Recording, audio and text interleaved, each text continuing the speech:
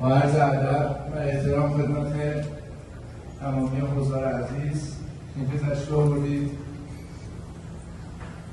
متاسفانه در موقعیت خیلی بدی همدیگر می‌بینیم. مخصوصا من یه سری از دوستان که از تگزاس تشریف آوردن اینجا از دیدنشون خیلی خوشحال شدم، ولی دلم نمیخواست این موقعیت ببینمشون و خیلی از دوستان که از قدیم با هم بودیم امروز دیدمشون.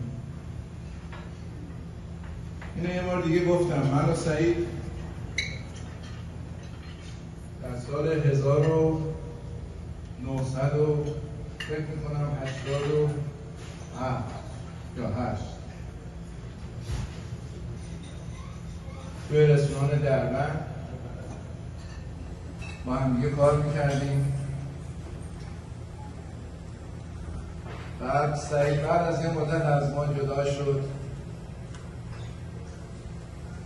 واسه اینجا یه قسمت از کار سعید رو میس کرد. سعید رفت برای شرکت گیلمن میتسوبیشی کار میکرد و همیشه یکی از تاپا بود توی اونجا.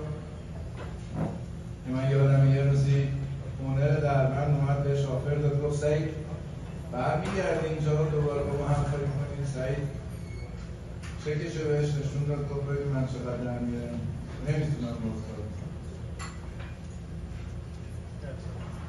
یکی از خصوصیات اخلاقی سعید این بود که آدم خیلی باگذشتی، یعنی آدمی بود که همیشه اگر کسی بهش خدای نکرده بی احترامی میکرد یا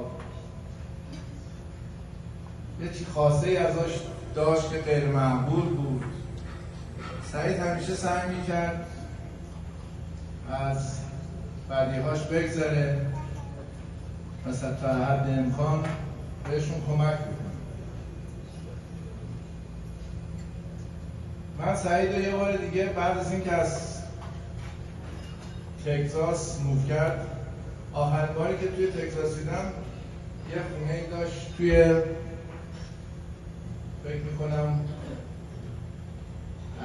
دیری اشورد هیستون بود اگه یادم درست باشه. رفتم شش گفتم سعید من یه ایونت دارم، منقل لازم دارم، میشه بهم یه منقل بدی؟ سعید داشت خونه رو ریمادلی میکرد، گفت یه منقل اون گوشه هست، اونو برو بردار. گوشه حیاط رو نشون داد و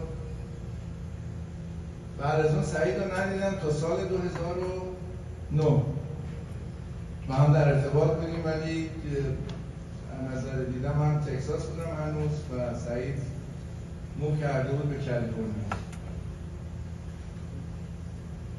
و با هم صحبت کردیم. گفت دوباره میخوایم رستوران را بندازیم که در سال 2000 فکر میکنم 9 یا 10 انهاس راه افتاد. ما با هم بودیم، شبها و روزای خیلی خوب و سخت رو گذروندیم. سعید همونجور که راسین جون گفت همیشه میگفت این انهاس بچه منه، با بچه من هیچ وقت کاری نداشته باشید، این خط قرمز من. سعید دوستایی داره که امشب اینجا هستن که من اینجا